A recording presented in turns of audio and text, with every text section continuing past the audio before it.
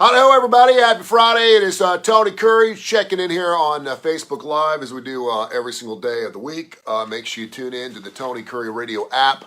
We have a brand new Damon Johnson show. It's going to be airing today at noon and 8. Of course, go to Spotify, which is where Spotify reached out to us several months ago. And they're like, we love all your shows. We want your shows on our podcast platform. I said, we're all in. So we have like 10, 11 shows: Adaptive Parish, Dark Side of the Pooch, Mission Minded, Live Wire Wednesday, The Austin Hank Show, Tony Kurre Live, Curry and Claypo. All the shows are up on Spotify. Podcast shows last anywhere between 8 minutes and 30 minutes or an hour. Check it out. You'll love it. It's absolutely free. And some great shows. When in Rome with Stuart Rome is going to be another show that's airing today between 1 and 7. That is a show that's going to make you look good, feel good, and sound good. It's from the Woodhouse Day Spa. But he plays music during the show. And I don't know what the hell he's going to play. Next week, we're playing Elvis music on Tony Kurre Radio. So I'm all about it. So it's cool stuff. Josh Gunning, good morning to you, Josh. So we'll get into a couple things here. First of all, a huge weekend here in Birmingham, which is where we reside. If you're watching us outside the Birmingham area, we're right here in Hoover, Alabama. We serve the United States of America and, of course, the world. A good morning to our Ukrainian brothers and sisters. We currently have 387 people in the Ukraine listening right now, and a lot of those guys and girls are in tanks, so our thoughts and prayers continue to go out to you. But we're worldwide, and we're big time, and we love that. But a couple things going on this weekend. We got, of course, the USFL Birmingham Stallions still undefeated. I saw them last weekend. They're 7-0. They're going to be playing down at Legion Field today, Saturday, and Sunday. Then, of course, you got Garth Brooks going on tomorrow night at Protective Stadium. Can I say this, too? Birmingham screwed up a lot of different times, but what they've done with Protective Stadium is just fantastic. And the fact they got Garth Brooks, kudos to the fine staff and everyone that's working in and around Protective Stadium and the Birmingham City Council and whoever you are for bringing in Garth Brooks. That's a big-time look for us, and I love that. And I think he'll really enjoy playing that brand-new facility down there in Birmingham. And then, of course, on Sunday, Keith Sweat, a little hip-hop show happening at the Legacy Arena. So there's a lot going on, man. We got the World Games coming up. Good for you. It's good stuff. Barbara Nichols, good morning, babe. Great to hear from Barbara Nichols. Barbara Nichols is one of the finest salespeople in radio history. She could be one of the finest salespeople in anything she does. But when I first got to Classic Rock 99 back in 1988, Barbara Nichols was there. And I'll tell you something else. When it was really, really hot, I love what she wore. That's all I'm going to say. Happy birthday to Rafael Nadal today. Turns 36. Of course, he's got 20 Grand Slams in the French Open right now. He's down to the Final Four. Anderson Cooper, 55. Chuck Barris. Do you remember him? Would have been 93 today. Chuck Barris could be considered the first host of the first talent show we've ever had in the United States of America. It was called The Gong Show. If you ever get a chance to watch The Gong Show, go to YouTube and pull up some old Gong Show stuff. It is hilarious. J.P. Morgan, Artie Johnson was on it. I think Phyllis Diller was on it. Rip Torn was on it. It was a great show. It was a talent show, and it was just dumb as a box of shit, but it was really, really funny. It was the first talent show. It came out like 7-8 years before Star Stitcher with Ed McMahon was on. So happy belated to Chuck Barris. He's dead now. I went out to L.A. with my mom to see my aunt when I was like 16. And he had a new show called the $1.98 Beauty Contest, and it was exactly what you think. For $1.98, what kind of beauties would you get? It was really, really funny. He would have been 93. And Jill Biden, who turned 71 today. God bless Jill Biden for what she has to do as the first lady of politics. I can only imagine. I was watching the Theodore Roosevelt documentary on the History Channel the other day. Man, wives of politicians, you're a special breed. You put up with a lot of crap. I got news for you. Also, in 1982, on this date, Graceland opened its doors to the public for the first time ever. It is the second most visited private house or platform anywhere in the world, right behind the White House. LeBron James yesterday, John Sides, good morning to you. LeBron James yesterday, through Forbes magazine, is now a billionaire, which is really amazing because he's made less than $400 million throughout his entire career. And I'm assuming this is based on net worth, right? He's made over $400 million or close to $400 million in his NBA career. I was watching the finals last night. And but he's done so well with all of his investments. He invested like $1 million in this place called Blaze Pizza and now it's worth like $35 million. The guy, just everything he touches is gold, and he's a brilliant businessman from an actor standpoint. He was a train wreck. He's done all these things, and he's now a billionaire, which is just amazing, certainly at his age, and the fact that he's an athlete. He's the first athlete to ever cross into the billion-dollar range. And then I was kind of going back to the old Amber Heard and Johnny Depp thing. Amber Heard is now saying that she cannot pay the $10.45 million payout, which is the cap. I think it was 15, but she can't pay it. And then I'm seeing that Johnny Depp, while not in any financial peril, made like, I don't know, $165 million in the last 3 or 4 years or something like that. And he's worth like $150 million, but he spends over $300,000 a month for his staff. And it's interesting because people like you and I, we're just going paycheck to paycheck. We always think to ourselves, man, if I could come into $1 million, I'd be done. I'd quit. I mean, I could make $1 million last the rest of my life. Work is good, so I continue to work and do something, but work would be a hell of a lot funner when you don't have to make a paycheck, right?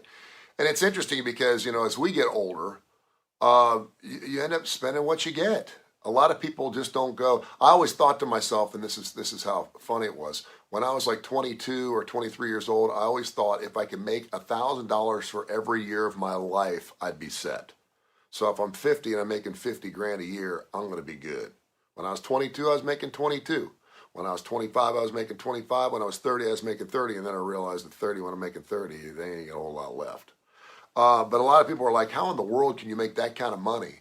I was watching the Bobby Brown documentary the other night, and he went out one night and told his buddies he was going to spend $1 million in one day, and he did it. Now the guy's broke. It's just amazing how fast the money goes when you're making it, because you always assume you're going to be making more. So congratulations to LeBron James, and I hope this Johnny Depp and Amber Heard stuff clean up. Saw a couple other stories I want to get into real quick for the weekend. There is a show called Autopsy, The Last Hours of ... And evidently they're doing a show on Sunday night. It's on Reels TV about the death of Eddie Van Halen. Well, Wolfgang wasn't too happy about that. He said, F at Reels channel, F everyone that works on this show, and F you if you watch it. He continued effing disgusting, trying to glamorize someone's death from cancer, pathetic and heartless under his tweet. Valerie Bertinelli replied, good Christ, this is disgusting. Reels channel and TV, and backing up in their defense, mentioned the passings of certain celebrities who suffer from major health issues, including Karen Carpenter, who brought anorexia into the public consciousness, Prince, who's passing focused attention on the opiate epidemic, and Luke Perry, who's passing renewed attention to strokes that affect people of all ages. I've actually seen the show, and I'm going to watch. Michael Chandler, good morning to you. And I don't think it's necessarily a bad thing. I think it's really interesting. They've done Tom Petty, they did Gilda Radner, they did James Gardner, they did Burt Reynolds. There's a forensic pathologist on there. There are some people, they're embalmers. There's all kinds of different people that would come in towards the end of someone's life. And certainly the Prince, Whitney Houston, they did a Whitney Houston one. I think it's really interesting. It's a documentary. It's not real splashy or sensationalized. It's kind of sad, but if there is, and I would expect there's going to be one on Ray Liotta. I mean, what happened to Ray Liotta? Sam Rushing, good morning. He's 67 years old. You don't die in your sleep at the age of 67. You don't. So we want to know. There was one on Glenn Fry that I thought was really, really interesting. To show no disrespect to the Van Halen family, to Valerie, to Wolfgang, or anyone else. Again, I'm sure they didn't get their input, so they probably think it's a bunch of hoo-ha. But it is really interesting, and I think a lot of people want to see that. I don't know how much of it's true, but the fact they have a forensic pathologist and other people on the show, I think it's super interesting. So I'm going to watch. And sometimes we don't always get the truth on a lot of these things and how it happened or how it really happened. But it's on Reels TV if you want to watch it, coming up on Sunday night. There's also a story at TonyCurryRadio.net, TonyCurryRadio.net. You can go on there and check out our Ultimate Classic Rock News and see all the stuff on there.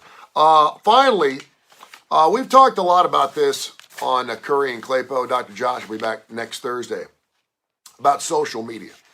And now at the age of 56, I've been around social media long enough that I realize how important it is, how it's a great networking tool, but how you can also get lost in it. It is a fake. It's a fake safety net for a lot of people in their insecurities. It's important that we get followers. Women are posting things with half their clothes off, and they're like, oh, all of a sudden I got a bunch of followers yesterday. That's weird. Well, it's because you had the camera up here and you're going right down your shirt and blah, blah, blah, blah, blah. Are they really watching you for your content? Are they really watching? And maybe you don't care. Maybe you just want to get on there and have fun, and that's cool. But I know a lot of people that spend a lot of time on social media, and if that's what you're into, that's great. Certainly during the pandemic, that's how a lot of people stayed connected. It was a conduit for a lot of us just to find out what's going on. But I always think about my kids. I got a 17. My youngest son's going to turn 15 on Monday. I have a 10-year-old daughter. My 17-year-old wears his heart on his sleeve, and I told him, I said, it's probably not best thing to get into social media because, I've posted pictures of my daughter and people will write some really nasty stuff. I'm like, what are you doing? And I know there's trolls, and I know there's people out there just trying to push buttons and trying to rile people up. I get that. But for the most part, I try to keep my circle of friends pretty tight. If I put stuff out, there are some things that I certainly like to put out, maybe push some buttons, get some response. That's what social media does. We're all trying to go viral, blah, blah, blah, blah, blah. But when it comes to kids, I've always wondered, particularly with summertime now, because they're not in school, they got all day. Kids don't do what we used to do, man.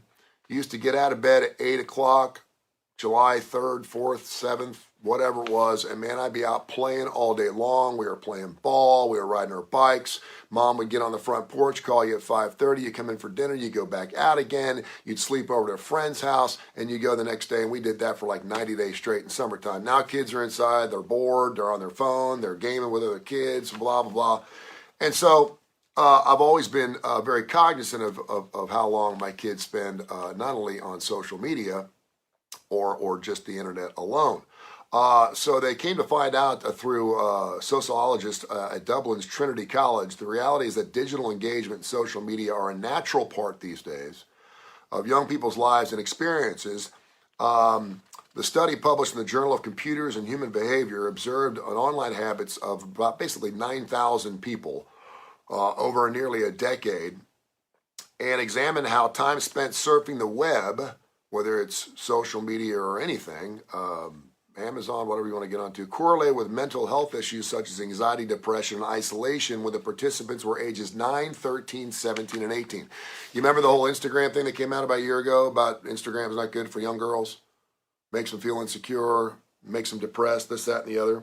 Turns out kids who are the most well-adjusted and likely to have adverse psychiatric symptoms, or least likely to have adverse psychiatric symptoms, at ages 17 and 18, spent about 1 to 2 hours a day online during weekdays and 2 to 3 hours on weekdays. Or weekends. I know a lot of parents won't allow their kids to be on anything, and they certainly use that as a disciplinary measure. But you're really hurting your kids. And again, you can have a piece of chocolate cake every couple of days, but if you're eating 3 pieces of chocolate cake every day, it's gonna beat your ass and you're gonna get sick, right? Moderation is the key here. The reality is, social media can be very beneficial, according to the study, a conduit through to which they have social participation, social contact. But like many things, you have to do it in moderation. I've been saying that for years. Too little can be damaging, but too much definitely seems to carry risk. To surprise a few, many teens fall into that proverbial "the porridge is too hot" crowd.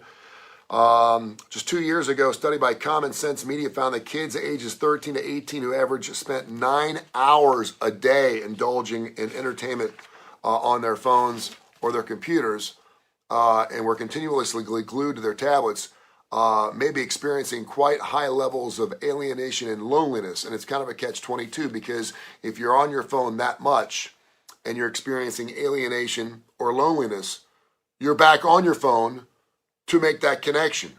So you're spending very high levels of online time trying to make up or work out what your peers think about you. So it's really a catch-22. If you're not out seeing people and you're off your phone, then you're on your phone trying to get that connection, and the more you're on it, the further away you're getting.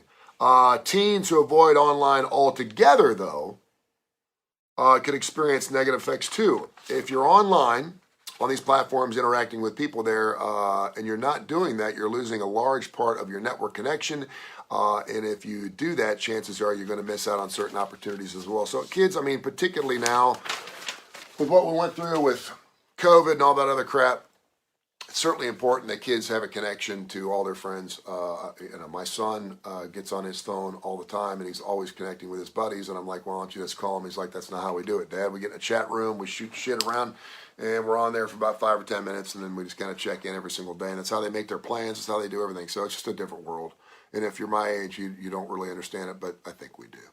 I hope you have a fantastic Friday. The Fridays after long weekends are always super good, man. It's like you just got through a long 3-day weekend. It's Tuesday, it's Wednesday, and it's Friday again. It's really good.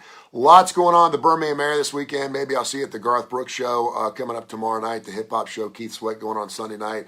You got the USFL and, of course, the Birmingham Stallions, who are undefeated. You got them playing down at historic Legion Field. They even replaced the lighting down there. Yeah. They took the old lights out and put LEDs in. So for any other reason, go down to Legion Field just to see how bright the place is. The old gray lady is still bright. So get down there and check it out. I hope you have a wonderful weekend. Download the Tony Kurre radio app. That's Kurre with a K, K-U-R-R-E. It's free, cost you nothing. Get on it. Let me know what you think. We got like 73 5-star reviews. Everyone that gets on the Tony Kurre radio app loves it, and you're getting all these wonderful shows. We have 10 or 11 different shows. We're going to be adding some more shows a little bit later on this summer. It's fantastic. You'll hear plenty of classic rock that you haven't heard in a long period of time. You'll get that, but you'll get all these shows. Then go to Spotify, which is where all of our podcasts are. You could spend a year on there and not hear the same thing twice. We have well over 100 shows. It's fantastic. Oh, by the way, also want to mention too, Tommy Williams, my good friend, who owns and runs Workplay along with his lovely bride, Courtney. They've got some fantastic shows coming up in June. Go to workplay.com, and check out their full array of fantastic shows, including a show going on tomorrow night. Workplay is wide open and open again. The bar opens around 4 or 5 o'clock. Go down there and check out. They've got a great show called The History. It's through the Mavericks Lounge.